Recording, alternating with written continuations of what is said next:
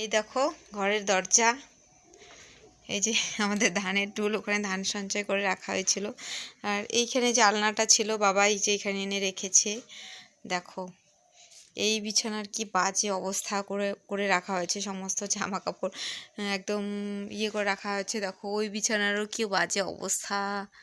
আজকে আমি মশারিটা অবধি উঠাতে পারিনি, আমার মেয়ে দেখো সুন্দর করে গুছিয়ে রেখে দিয়েছে।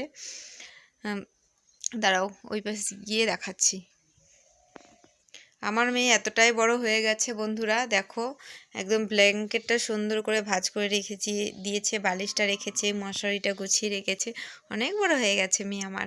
তো এই যে জামা কাপড়গুলো বাইরে ছিল তো জড়িয়ে এনে রাখা হয়েছে। তো চলো এগুলো এখন গুছাবো, আলনাটা ঠিক করে রাখবো।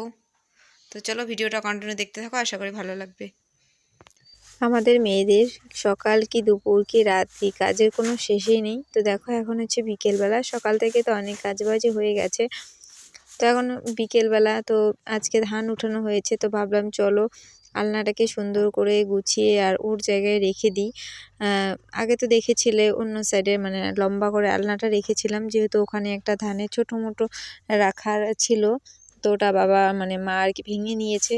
তো ভাবলাম চলো ওইদিকে আলনাটা রাখলে আমার মানে ঘরের মেঝের স্পেসটা অনেকটা বড় হয়ে যাবে, তার জন্য এরকম করে রাখা।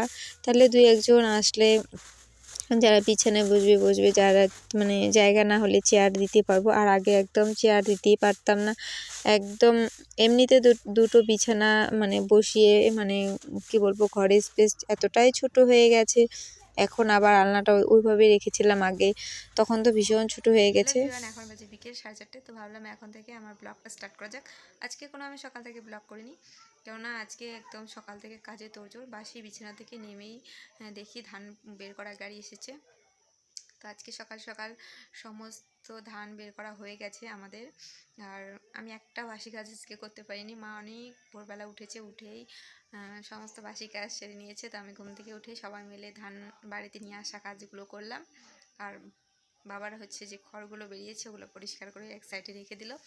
তারপর তো রান্না বান্না খাওয়া দাওয়া সব কিছু হলো, করে তারপর গিয়েছিলাম দুয়ারের সরকারে। আজকে দুয়ারের সরকারে ক্যাম্প বসেছিল, তো তোমাদের সাথে শেয়ার করিনি ওগুলো, কেননা আমি ভাবি এগুলো শেয়ার করাটা নাই ভালো, যেহেতু সরকারি কাজ বা সরকারি সুযোগ সুবিধাগুলো নাই করলাম বা শেয়ার তোমাদের সাথে।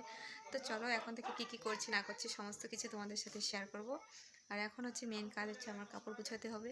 এই যে এই বিছানায় কাপড় একদম জমা হয়ে পড়ে আছে, এই বিছানাতেও আছে। তো চলো এগুলো এখন গুছাগুছি করে নেব। তো তার আগে এখন যাবো হচ্ছে বাইরে রাস্তায়, দেখি কি হচ্ছে। তো এসে তো মানে দুপুরবেলা রান্নাবান্না করে গিয়েছিলাম, তো এসে দেখি মা সবাইকে খেতে দিচ্ছে, একদম খায় সবার মানে খেতে খেতে বিকেল হয়ে গেছে, কেননা প্রচণ্ড কাজ, মানে যে খড়গুলো বেরিয়েছে সারা বছর গরুকে তো খাওয়াতে হবে, তার ব্যবস্থা করছিল। সাথে আমার কাকা শ্বশুর ছিল আর একজন লোক নেওয়া হয়েছিল কাজের জন্য। তো চলো ভিডিওটা কন্টিনিউ দেখো, আশা করি তোমাদের ভালো লাগবে, কেউ স্কিপ করবে না। ঘর দুয়ার গুছিয়ে তোমাদের সাথে কথা বলে ফ্রেশ হয়ে এখন চলে এলাম হচ্ছে আলু খেতে। তো দেখো আমাদের আলু গাছটা কত বড় হয়েছে। আলু গাছ বললেও চলবে, টাকা গাছ বললেও চলবে। তো কিছুদিন আগে আমরা সবাই যখন আলু লাগাই তখন আমি বলি যে এখন আমরা টাকাটাকে পুঁতে রাখছি, আর যখন হয়ে যাবে ফাল্গুন মাসের দিকে মানে 90 দিন হয়ে গেলে তারপর টাকাটাকে উঠিয়ে দেব। তো টাকা লাগা আলু লাগা একটাই ব্যাপার বললেই চলে, কেন আলু লাগাতে গেলে ভীষণ ভীষণ টাকার দরকার বন্ধুরা। তো এখন যত পারবে টাকা আলু গাছের দিকে আলু মানে খেতে লাগাবে, আর একবারে তোমরা টাকাটা পেয়ে যাবে যখন হচ্ছে 90 দিন ম্যাচিউরড হয়ে যাবে। তো দাম থাকলে তো ভালো, আর দাম না থাকলে তো একদম কি বলবো, কৃষকদের মাথায় হাত পড়ে যায় এরকম একটা অবস্থা। তো এই দেখে মানে আলু ক্ষেত দেখেই খালি বাড়ি যাব, তারপর দেখি এদিকে একটা মানে গরু মানে আলু আর দিয়ে হাঁটছিল আর আলু গাছগুলোকে খেয়ে নিচ্ছিল, ভেঙে যাচ্ছে এরকম অবস্থা। তো মা বললো যে একটু খেতে মানে কি তাড়িয়ে দিলে ভালো হয় আর কি, নালে একদম আলু গাছের একদম যাচ্ছে তো অবস্থা করে দেয়। একটা বাছুর ছিল তার সঙ্গে, তো ওটাই আর কি খেদানোর জন্য চলে এসেছি, মানে তাড়ানোর জন্য চলে এসেছি আমি। তো তারপর গিয়ে একটু বসবো। আজকে আমি সারাদিন কি করছি বিকালে এটাই তোমাদের সাথে শেয়ার করব। আর তোমাদেরকে তো বলেছিলাম যে ধান আর কি মেশিন থেকে তোমার দিয়ে ধান পরিষ্কার করা হয়েছিল, তো সেই খড়টা পড়ে আছে, খড়টার মধ্যে উঠে আমার মেয়ে দেখো কি অবস্থা। আর এই শরীরটা যদি আমি ওকে সন্ধেবেলা পরিষ্কার করে না দিই, মানে এমনি মনে করো সাবান দিয়ে ধুয়ে তেল না দিলে একদম চিটচিট করবে শরীরটা, এরকম একটা অবস্থা। ওকে তো বলছিলাম তুই কর এখন, পরে বুঝবি সন্ধ্যার দিকে। তো আর দেখো সমানে এই গাড়িগুলো করে যাচ্ছে। তো আমাদের এই রাস্তাটা পাকা হবে, একটু বড় হবে, তার জন্য মানে কি বলবো সমানে গাড়িগুলো যাচ্ছে। তো এখানেই দেখো ওই যে আমার শাশুড়ি মা আসছে, আর আমি বসে বসে এখানে মেয়ের ভিডিও করলাম। তো ভাবলাম চলো আমার ভিডিও, আর এইদিকে যে ভিডিওর কোয়ালিটি যে এরকম হয়েছে, মানে ইউটিউব ভিডিও হয়নি, ফেসবুক ভিডিও হয়ে গেছে। কোনো ব্যাপার না, এরকমই শেয়ার করলাম, ম্যানেজ করে দেখে নিও। আর আজকের ভিডিওটা আমার এটাই হচ্ছে যে আমি সারাদিন বিকেলটা কি করি, প্রায় দিনের বিকেলটা আমার গল্প গুজব আড্ডা হই হুল্লোড় করেই কেটে যায়। তো আজকে একটু কাজ ছিল, তারপরে যে দেখলেই তো এখানে এসে বসে আছে। আকাশটা দেখো জাস্ট ওয়াও, খুব সুন্দর। তো ভাবলাম চলো তোমাদের সাথেও একটু শেয়ার করি।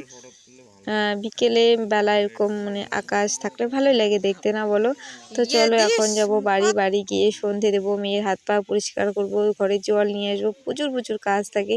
সেগুলো যদি তোমাদেরকে দেখাতে পারতাম ভীষণ ভালো হতো। তার সঙ্গে সন্ধেবেলায় কি চা না খেলে হয় বলো জমে?